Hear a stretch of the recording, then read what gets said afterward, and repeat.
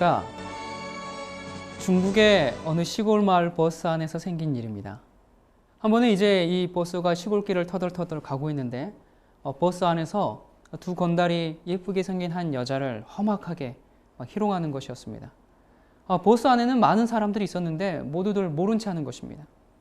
급기야 이 두 건달이 이제 운전사에게 정지할 것을 명했고 이제 운전사가 말을 듣지 않자 운전사를 무자비하게 폭행했습니다.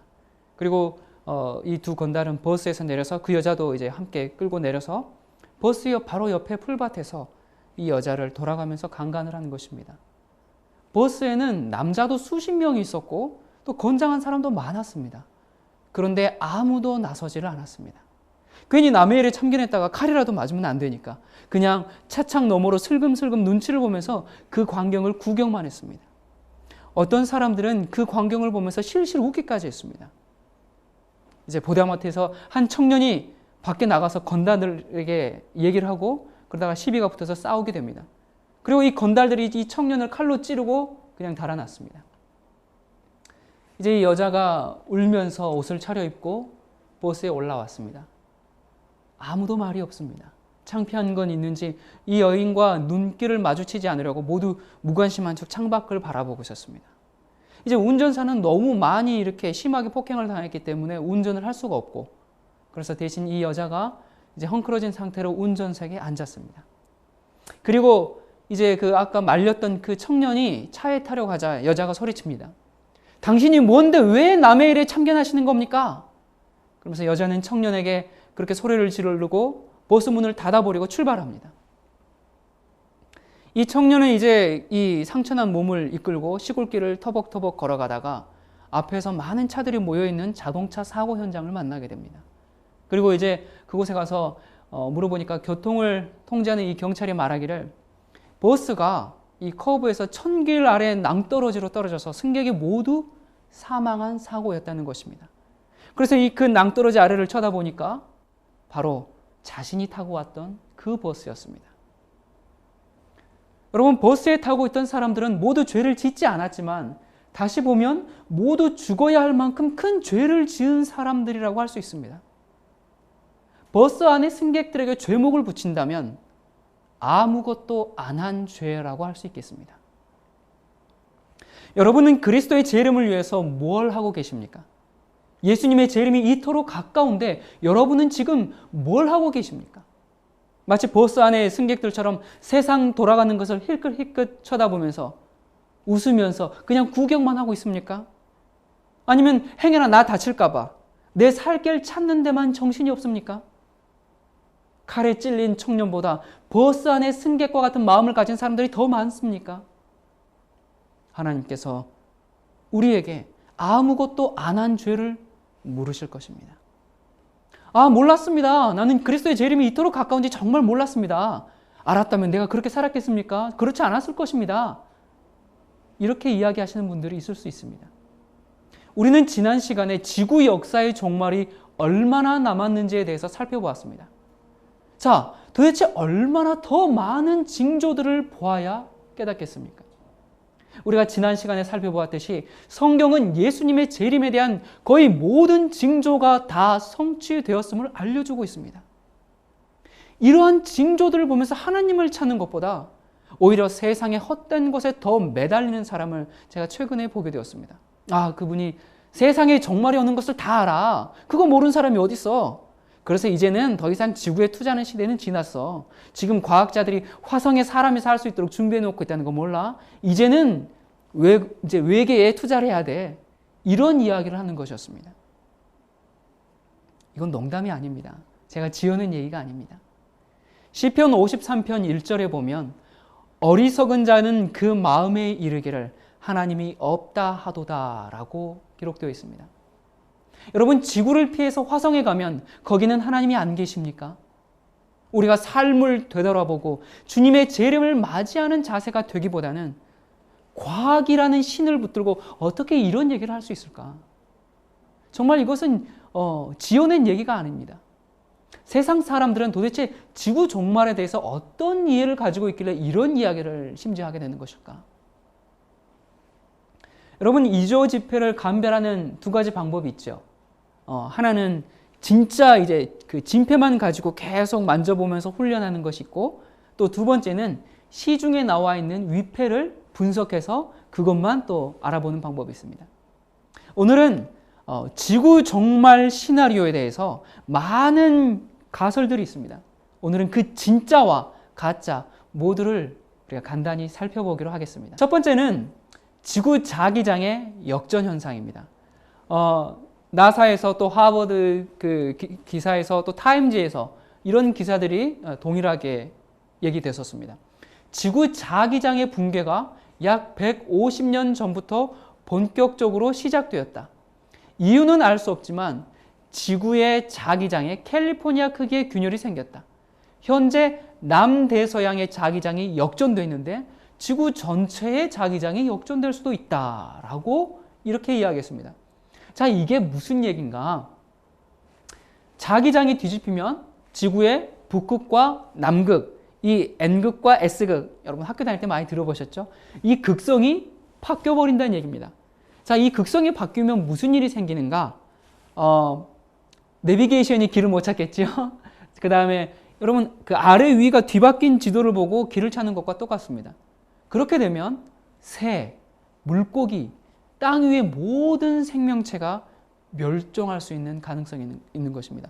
수십만 킬로 떨어져 있는 곳에 알을 낳기 위해서 거북이들이 이동하죠. 그 왜? 무엇 때문에? 다 이런 자기장으로 그 길을 찾는 것이거든요. 그래서 생태계가 멸종될 수가 있습니다. 또 하나는 지구의 공전과 자전이 멈춰버릴 수가 있습니다. 여러분 지구의 자전이 멈춘다면 어떤 일이 생길까요? 한쪽은 아주 뜨거운 사막이 되겠죠. 계속 태양을 보니까. 또 다른 한쪽은 사람이 생존하기 힘든 정말 얼음나라가 될 것입니다. 자, 그리고 또 현재 이 지구의 자기장이 매우 약화되어 있는 이러한 상태에서 강력한 태양 폭풍이 발생하면 우주 방사선을 막아주는 보호막이 없어져 버리기 때문에 지구는 순식간에 뜨거운 열과 방사능으로 휩싸일 수가 있습니다. 세상의 종말론자들은 2012년이나 2013년에 지구 자기장이 역전하고 인류가 종말할 수 있다라고 이야기를 하고 있습니다. 자, 두 번째, 태양폭풍. 나사, 미 국립과학원, 해양대기청, 우주환경센터, 그리고 한국천문연구원, 이곳에서 공통적으로 하는 기사들을 제가 보게 되었는데요. 2013년 수소폭탄 1억 개의 위력을 지닌 슈퍼태양폭풍이 지구를 강타할 수 있다라고 보고하고 있습니다. 자, 그랬을 경우에 무슨 일들이 생기는가? 나사의 이제 기사를 보면 병원, 은행, 항공기, 또 공항 시스템, 철도 시스템 이런 것들은 물론이고 컴퓨터, 휴대전화, MP3 이런 모든 전자제품이 타격을 받을 것이고 대규모 정전 사태를 비롯해서 지구를 둘러싼 수많은 인공위성들이 궤도를 잃어서 지구를 향해 추락할 가능성도 배제할 수 없다. 자, 그래서 이제 2010년 7월 29일에 나사와 한국천문연구원이 2013년에 발생할 태양 폭풍을 대비해서 연구 협약을 체결했다라는 기사를 여러분들도 아마 보신 적이 있을 것입니다. 자, 그리고 세 번째, 소행성 충돌. 자, 히로시마에 떨어졌던 그 핵폭탄에 약 5천만 배나 되는 이력을 갖고 있는 지구 4배 크기의 행성 X. 이제 X는 뭐 아직 그 행성에 이름을 붙이지 않았을 때 X라고 부르죠. 자, 그 4배 크기의 지구 4배 크기의 행성이 2012년 또는 2036년 지구와 충돌할 수 있다라는 기사들을 내놓고 있습니다. 뭐 내셔널 지오그래피라든지 디스커버리, 뉴튼 이런 해외 과학 잡지 등에서 꼭 잊을만 하면 이런 행성 충돌과 관련한 각종 시나리오들을 내놓고 있죠. 그렇기 때문에 이러한 기사들을 근거로 많은 또 종말론자들이 발생하게 되는 것입니다. 자, 그리고 네 번째, 빙하기. 지구온난화로 인해서 거대한 빙산이 떠내려오게 되고, 그러니까 지구온난화하면 지구가 이게 뜨거워져서 더워서 죽는 거 아닌가라고 생각하는 분들이 많을 텐데요. 지구가 더워지죠? 온도가 올라가죠? 그러면 빙산들이 이제 내려오지 않습니까? 그 극지방에 있는 빙산들이 떠내려오죠? 그렇게 되면 해수면의 온도가 급격하게 변하게 됩니다. 그렇게 되면서 이 태풍들이 이제 발생하게 되겠죠? 그러면서 이 극지방의 차가운 공기를 이 아래로 다 이제 가운데로 오기 때문에 이 지구가 얼음으로 뒤덮인 그런 이제 빙하기가 찾아올 수 있다. 그래서 그렇게 인류가 종말할 수 있다라고 이야기를 합니다. 자, 그리고 다섯 번째, 마야 문명. 자, 이 마야력은 인류가 만든 그 어떤 달력보다도 정확하다는 평가를 받고 있죠. 그리고 이제 현재 우리가 이 천문학의 발달로 이렇게 여러 가지 별들을 이제 관측하고 하지만 이미 그때 당시에 그들의 천문학도 몹시 발달해서 태양계의 행성들의 주기와 공전을 그들은 모두 알았다는 것입니다. 자, 마야 문명의 예언을 보면 영화로도 뭐 나온 적 있죠. 저는 보지 않았습니다만 2012년 12월 21일이 지구의 마지막 날이다라고 해서 이제 그 영화가 나온 적이 있고, 또 이제 그 2012년 12월 21일을 마야 문명 예언을 해석할 때 지구의 멸망이 아니라 뱀의 왕. 왜 하필이면 뱀의 왕일까요? 네, 뱀의 왕이 강림해서 새로운 시대가 시작된다라고 마야 문명을, 어쨌든 지구가 멸망하든지 아니면 그날 새로운 시대가 시작하든지 이 두 이슈 중에 하나라고 마야 문명은 이제 이 얘기를 하고 있습니다. 이 종말론을 외치는 종교단체와 외계인 신봉자들은 마야 문명의 예언을 기정사실화하고 그날을 위해서 지금 준비하고 있습니다. 자, 그리고 여섯 번째, 여러분 들어보셨죠? 화성소년 보리스카. 전생에 자기가 이제 화성인이었다고 이렇게 얘기하지 않습니까? 근데 참 신기한 것은 이 보리스카는 생후 8개월부터 말을 하기 시작했다는 것입니다. 그리고는 3살이 되기 전부터 우주에 관해서 설명하기 시작했습니다. 태양계에 행성이 몇 개가 있고 또 각 행성들에는 어떤 위성들이 있고 또 우주의 은하계 사진들을 보면서 이름을 다 말하고, 그리고 그러한 은하계가 우주에 몇 개가 있는지까지 설명했다는 것입니다. 그런데 문제는, 이게 문제라고 해야 될지요? 그 화성소년 보리스카가 말한 그 모든 것이 다 정확했다라는 것입니다. 이건 뭔가 다른 힘에 좌우하고 있는 것 같은데요. 그 소년이 이런 이야기를 했죠. 2011년에 지구에 3차례 대재앙이 온다. 그 재앙은 지구의 한 대륙에서만 일어날 것이다. 그리고 2013년에 인류는 전멸한다. 무시무시한 예언을 했습니다. 자, 이 스티븐 호킹 박사가 이런 얘기를 했어요. 그가 화성에서 왔는지 여부와는 상관없이 이 화성 소년의 우주와 천문에 대한 지식은 내 상상을 초월한다라고 이야기했습니다. 일곱 번째, 전 지구를 휩쓸고 있는 꿀벌 신종의 괴현상이 일어나고 있습니다. 자, 아인슈타인은 만약 꿀벌이 지구상에서 사라진다면 인류는 4년 이상 살 수 없다라고 이야기를 했습니다. 이 지구, 왜 그런가? 지구의 식물의 3분의 1이 곤충이 꽃가루를 옮기는 충매화입니다. 우리가 학교 다닐 때 많이 배웠죠. 그래서 그렇게 번식을 하죠. 그 식물도 퍼지고, 그리고 나머지는 풍매화, 바람의 작용으로 이제 식물들이 번성합니다. 그런데 이 충매화의 80%는 꿀벌의 역할에 의존하고 있습니다. 그런데 2006년 이후에 세계 도처에서 꿀벌의 집단 폐사와 집단 실종이 확인되고 있고, 현재 전 세계 약 40%의 꿀벌이 감소했다는 것입니다. 자, 꿀벌이 사라지게 되면, 자, 우리가 생각해 볼 수 있는 것이, 첫 번째, 대부분의 식물들이 번식을 못 하겠죠? 그렇게 되면 두 번째 무슨 일이 생길까요? 초식 동물이 죽게 되겠죠? 자, 초식 동물이 죽게 되면 그 다음 이어서 육식 동물이 죽게 되고, 그러면 이 생태계가 파괴되므로 지구가 멸망할 수 있다, 종말을 가져올 수 있다라는 가설들입니다. 이 꿀벌은 지구 자기장을 이용해서 길을 찾고 있습니다. 우리가 첫 번째 보았듯이 지구 자기장 역전 현상과 매우 관계가 있겠죠. 자, 그리고 여덟 번째, 주식을 이제 예측하는 프로그램 웹봇이라는 것이 있는데요. 이 웹봇은 미국의 증권회사가 주식 시장의 변동을 사전에 예측하고 분석하기 위해서 만든 프로그램입니다. 이제 이 주식 시장에 막대한 영향을 끼치는 사건이 발생하기 전에 이제 이 웹봇이 그 데이터 수치들을 예측하는데요. 그 모두를 다 예측해 왔다는 것입니다. 그런데 아주 흥미로운 것은 2012년 12월을 종점으로 더 이상 미래를 예언하지 않고 있다는 것입니다. 이 컴퓨터 프로그램이 참 특이합니다. 자, 그리고 아홉 번째 타임웨이브 제로라는 것이 있습니다. 이 타임웨이브 제로는 중국의 주역 64개를 수리적으로 분석해서 그래프화한 것인데요. 이것은 웹봇과 마찬가지로 학자들이 사용하는 그런 그 데이터 프로그램입니다.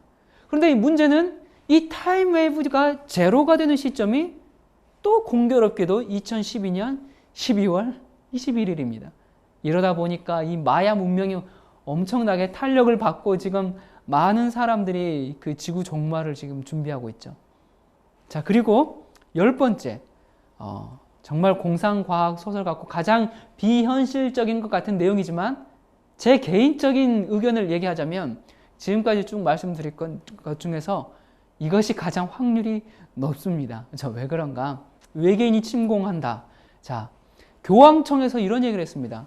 외계 생명체는 가톨릭 교회가 조사하는 유효한 분야다. 지구를 제외한 우주에 생명체가 존재할 수 있다는 것은 합리적이고 외계인은 나의 형제다라고 누가 얘기했는가? 교황청의 이 바티칸 천문대 수장이 이런 이야기를 했습니다.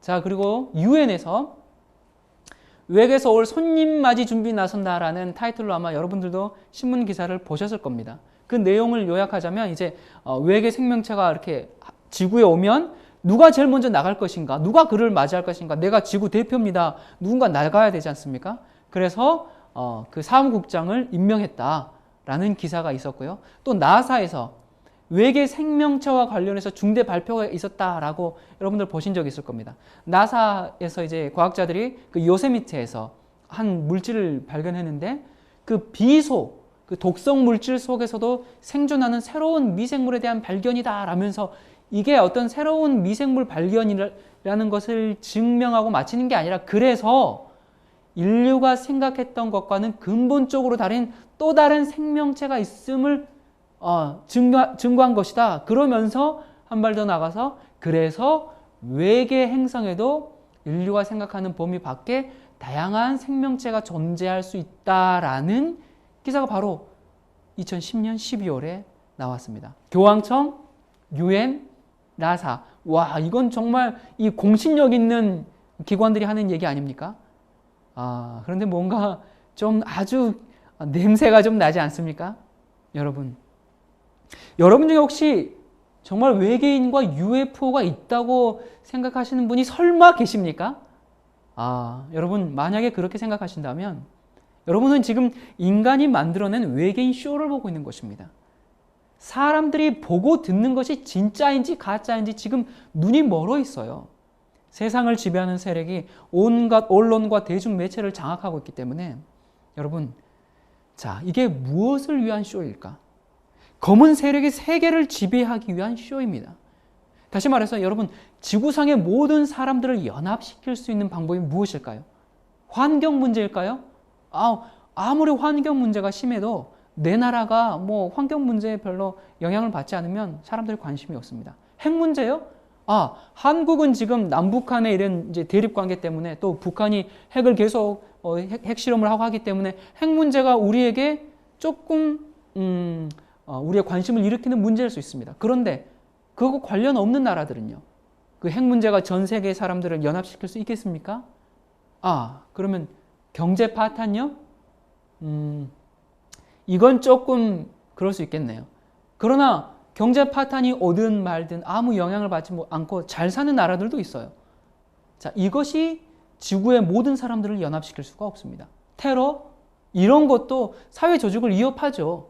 그러나 아무리 심각해도 전 지구적인 위협으로 만들기는 역부족입니다. 자, 그렇다면 세계 단일 정치 시스템을 위해서 그 시나리오 중에 외계인이 공격한다. 또는 외계인이 지구에 와서 평화를 선언한다. 그렇다면 이것은 가장 성공적인 마인드 컨트롤 작전이 아니겠습니까? 여하튼 외계인 얘기는 또 우리가 나중에 또 다시 얘기하도록 하고요. 옛날 이 과거의 종말론들은 뭐 노스트라다무스 많이 들어보셨죠? 에드가 케이시 뭐 이런 예언가의 글들을 토대로 이 사이비 종말론자들이 많이 발송했었습니다. 그런데 지금 오늘 우리가 잠깐 살펴보았지만 이런 예언가들의 이야기가 있었습니까? 전부 나사 이런 뭐 과학적인 증거들을 가지고 사람들이 이야기하는 것입니다. 자, 상황이 이래서인지 나사에서 이런 뉴스를 정말 발표했더라고요. 화성 정착민을 모집한다. 1차 4명을 모집한다. 종말론자들이 아니고 미 항공우주국 나사에서 이렇게 이야기하고 있는 것입니다. 여러분, 전쟁과 테러, 그리고 경제 파탄, 그리고 천연재해가 밀려오고 있죠. 자, 그리고 과학의 발달로 하나님의 영역을 계속 침범하고 있습니다.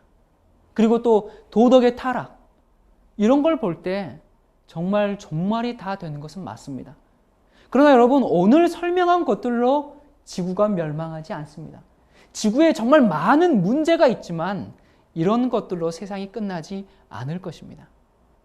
지금은 과학이 종교보다 위대한 신이 되어버렸어요. 종교든 과학이든 여러분, 사이비를 구분하는 것은 쉽습니다. 그거 어떻게 구분할 수 있을까요? 성경에는 날짜를 얘기하지 않았습니다. 데살로니가전서 5장 1절부터 3절에 보면 형제들아, 때와 시기에 관하여는 너희에게 쓸 것이 없음은 주의 날이 밤에 도적같이 이룰 줄을 너희 자신이 자세히 알미라. 저희가 평안하다 안전하다 할 그때에 잉태된 여자에게 해산 고통이 이름과 같이 멸망이 호련히 저희에게 임하리니 결단코 피하지 못하리라. 여러분, 이 말씀에서 우리가 몇 가지를 알 수가 있습니다.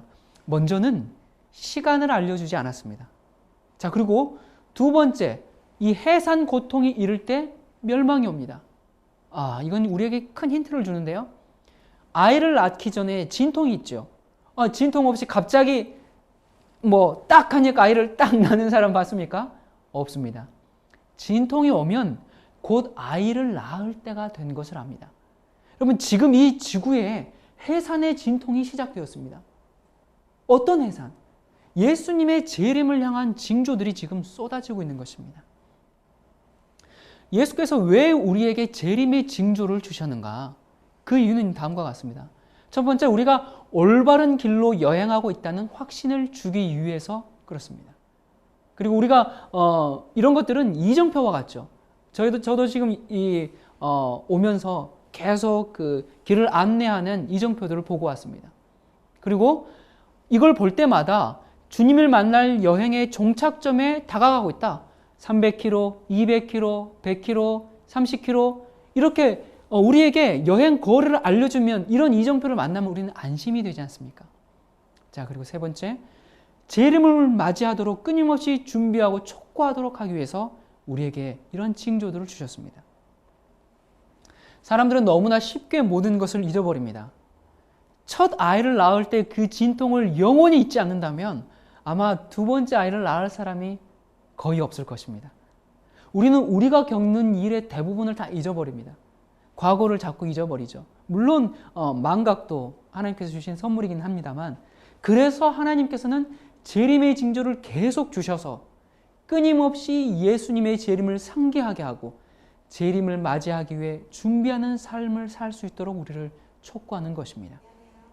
자, 데살로니가전서 5장 4절부터 8절. 형제들아, 너희는 어두움에 있지 아니하며 그날이 도적같이 너희에게 임하지 못하리니 너희는 다 빛의 아들이요 낮의 아들이라. 우리가 밤이나 어두움에 속하지 아니하나니 그러므로 우리는 다른 이들과 같이 자지 말고 오직 깨어 근신할지라. 자는 자들은 밤에 자고 취하는 자들은 밤에 취하되 우리는 낮에 속하였으니 근신하여 믿음과 사랑의 흉배를 붙이고 구원의 소망의 투구를 쓰자.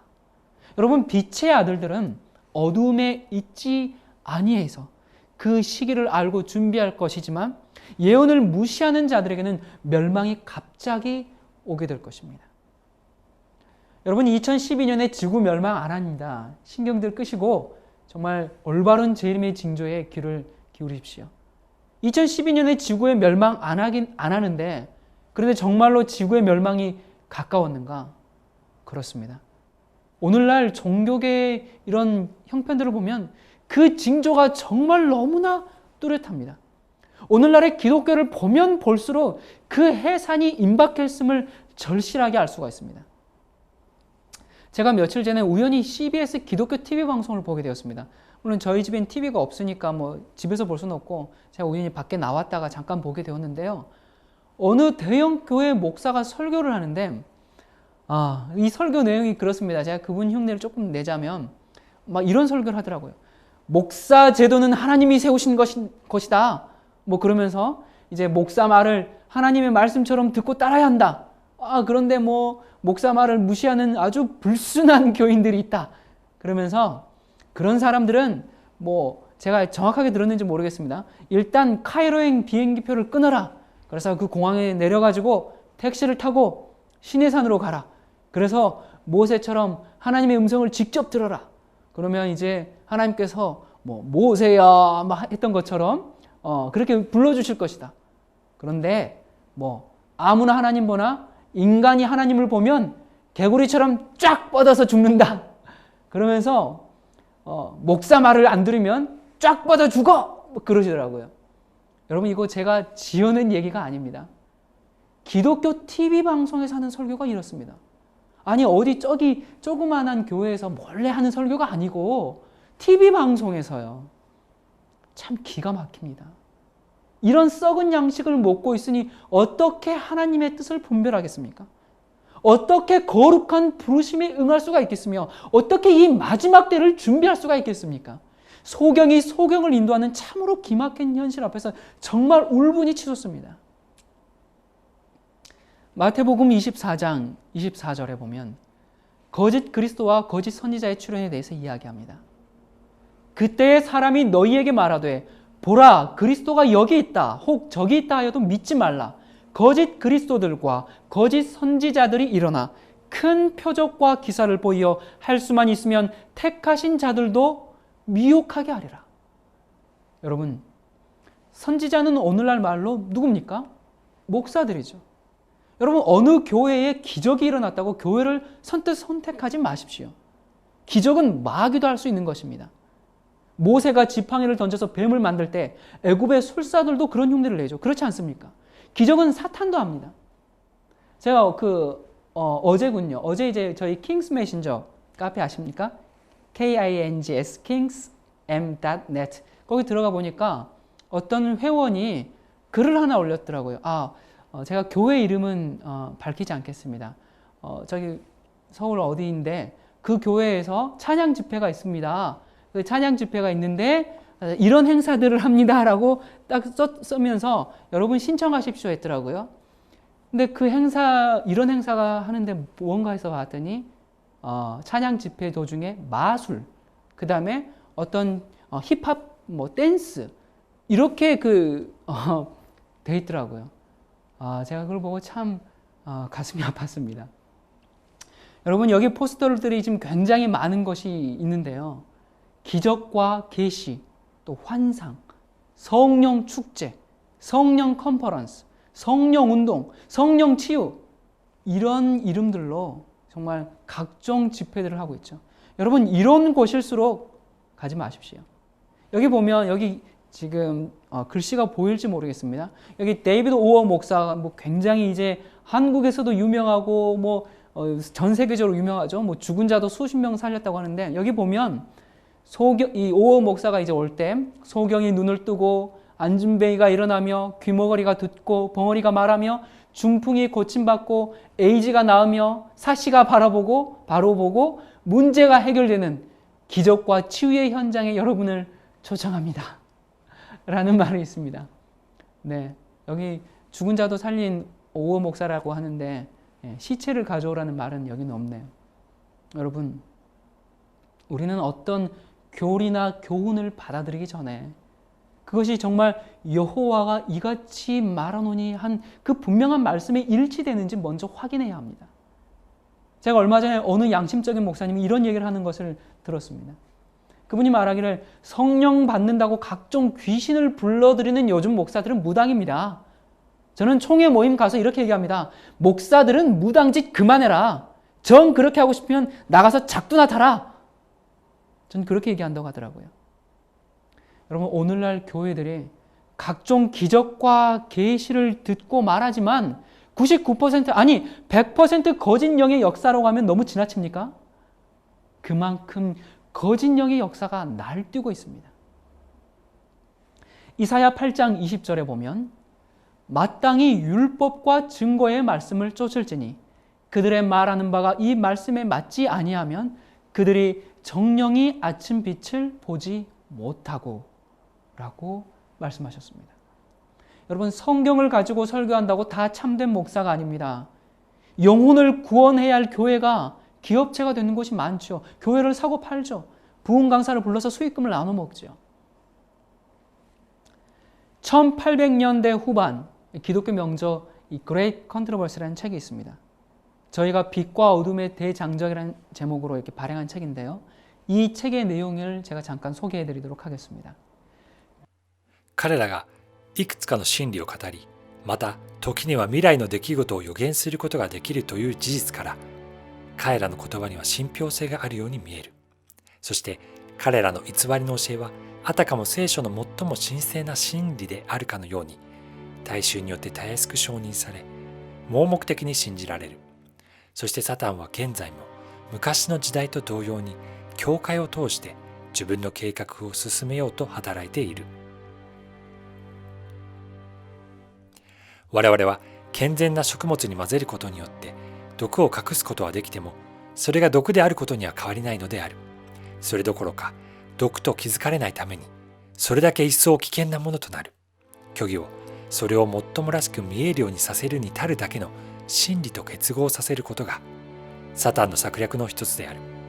聖書と調和している諸原則を提唱するかもしれない。しかし、その中に神の律法に矛盾する要求が含まれている限り、主のしもべたちは彼らと手をつなぐことはできない。ただ、掟と証とを求むべし。彼らの言うところ、この言葉にかなわずば、東雲あらじ。サタンは人が聖書の知識を得るのを妨げるためには、あらゆる手段を用いる。神の働きが復興されるたびに、悪の気味は奮起して一層激しく働く。彼は今やキリストとその信徒たちに対する最後の闘争に最大の努力を傾けている。間もなく最後の大いなる欺瞞が我々の前に展開されようとしている。反キリストが我々の目の前で驚くべき技を行うのである。偽物があまりにも本物によく似ているために、聖書による以外には両者の見分けは不可能である。我々は世界歴史の最も厳粛な時代に生存している。地上のおびただしい数の人々の運命が決定されようとしている。我々自身の将来の幸福も、他の魂の救いも、今我々が歩いている道にかかっている。我々は真理の御霊によって導かれる必要がある。キリストに従う者は皆、主よ、私は何をしたらよいでしょうかと熱心に尋ねるべきである。我々は祈りと断食をもって主の前にへり下り、主の御言葉について、特に裁きの光景について瞑想する必要がある。我々は今、神のことについて深い生きた経験を求めなければならない。一刻も無駄にはできない。我々の周囲には重大な事件が起こっており、我々はサタンの魔法の働いている場にいるのである。神の見張り人たちよ、眠ってはいけない。敵は近くに忍び込んでいて、あなたが気を緩めて眠気を催すならば、いつでも飛びかかって餌食にしようと待ち構えている。多くの者は神の前における自分の真の姿について欺かれている。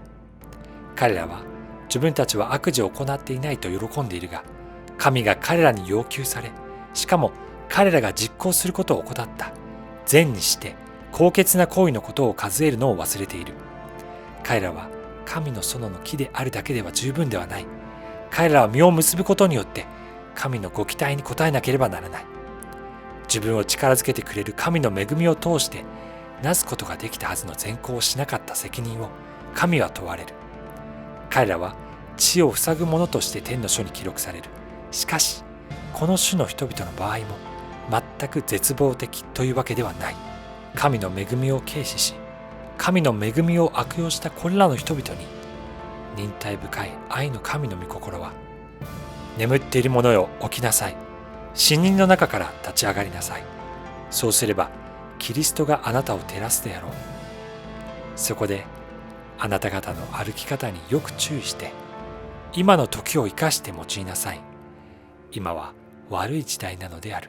と訴えておられる。 여러분, 우리가 지상의 가장 캄캄한 시간에 그때 그리스도와 함께 관계를 갖고 믿음을 가지고 유지하려고 한다면 이 지구의 가장 캄캄한 마지막 시간에 들어가기 전에 지금 오늘 이 시간에 우리는 그리스도와 개인적인 깊은 살아있는 관계를 가져야 합니다. 마지막 때가 이르기 전에 예수님을 개인적으로 알지 못한다면 그때에 가서는 영원히 모르게 될 것입니다. 하나님께서는 지구 종말의 사건들의 여러 가지 설명들이 우리의 호기심이나 채우는 것으로 만족하지 않으십니다.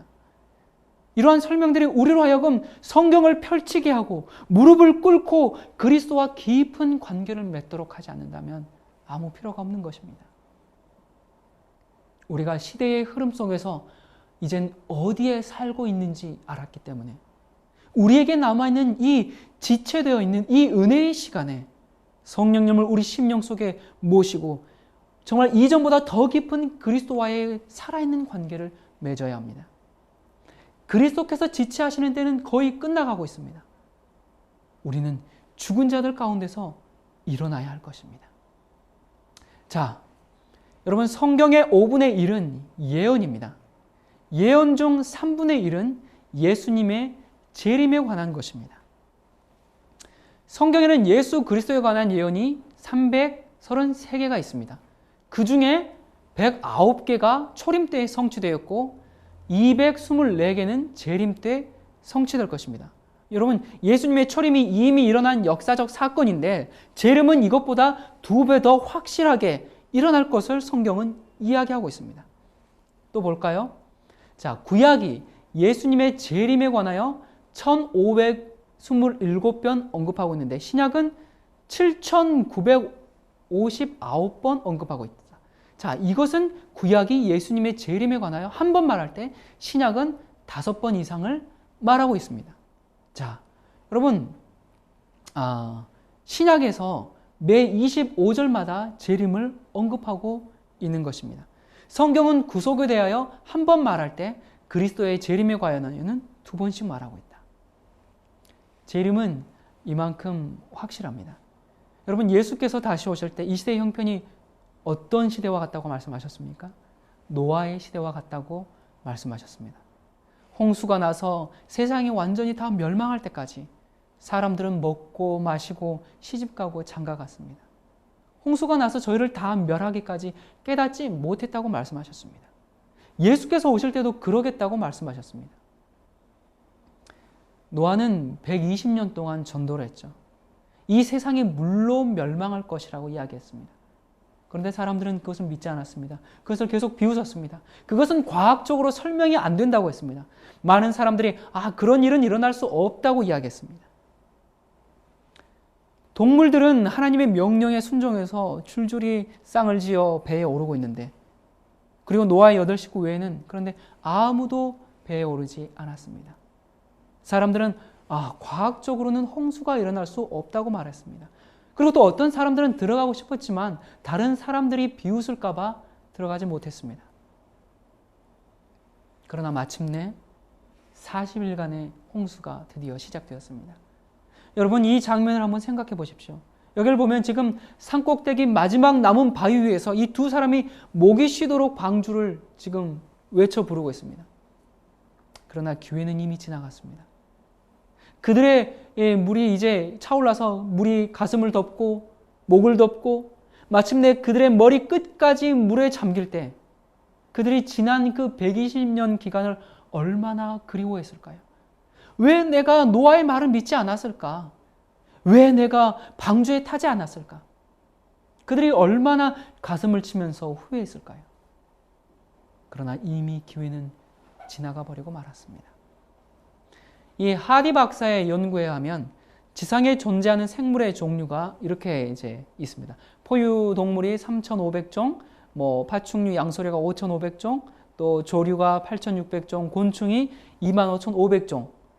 자, 그러면 성경이 말한 대로 정결한 것 7쌍, 부정한 것 2쌍씩 이렇게 방주에 실으려면 얼마의 공간이 필요할까요?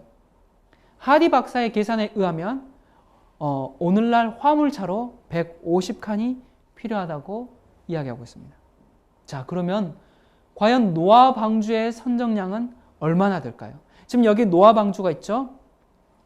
높이가 13m, 길이가 135m, 폭이 23m. 자, 이렇다면 이 정도의 크기라면 얼마를 담을 수가 있을까요? 하디 박사의 계산에 의하면 화물차 520칸입니다. 여러분, 노아 시대의 사람들은 방주의 공간이 부족해서 멸망한 것이 아닙니다. 노아 방주에는 화물차 370칸의 분량의 이 공간이 남아 있었습니다. 사람들은 방주의 공간이 부족해서가 아니라 노아의 말을 믿지 않고 거절함으로 멸망했습니다. 주님께서 우리를 위해 예비하신 하늘은 공간이 좁아서 들어가지 못할 사람이 한 사람도 없습니다. 자신이 그 나라에 들어가기를 거절함으로 제외될 것입니다. 그러나 누구든지 원하는 자는 그곳에 들어갈 수가 있습니다. 베드로후서 3장 6절과 7절 말씀입니다. 그때 세상은 물의 넘침으로 멸망하였으되 이제 하늘과 땅은 그 동일한 말씀으로 불사르기 위하여 간수하신 바 되어 경건치 아니한 사람들의 심판과 멸망의 날까지 보존하여 두신 것이니라. 여러분, 노아 때 세상은 물로 멸망하였지만 이제 세상 끝에는 불로 멸망할 것이라고 말하고 있습니다. 과학적으로는 설명이 안 된다고요? 노아 때도 그렇게 하다가 모두 멸망했습니다. 베드로후서 3장 10절입니다. 그러나 주의 날이 도적같이 오리니 그 날에는 하늘이 큰 소리로 떠나가고 체질이 뜨거운 불에 풀어지고 땅과 그 중에 있는 모든 일이 드러나리로다. 11절과 12절, 이 모든 것이 이렇게 풀어지리니 너희가 어떠한 사람이 되어야 마땅하뇨? 거룩한 행실과 경건함으로 하나님의 날이 임하기를 바라보고 간절히 사모하라. 그날에 하늘이 불에 타서 풀어지고 체질이 뜨거운 불에 녹아지려니와 우리는 그의 약속대로 의에 거하는 바 새 하늘과 새 땅을 바라보도다. 거룩한 행실로 경건하게 살면서 예수님의 재림을 사모하는 사람들에게는 이 날이 결코 두려움의 날이 아닙니다. 이 날은 희망의 날이요 구원의 날입니다. 범죄와 파괴와 상처 들고 인생의 멍해와 질병과 연약함과 늙음과 사망이 없는 새로운 세계가 시작되는 날입니다.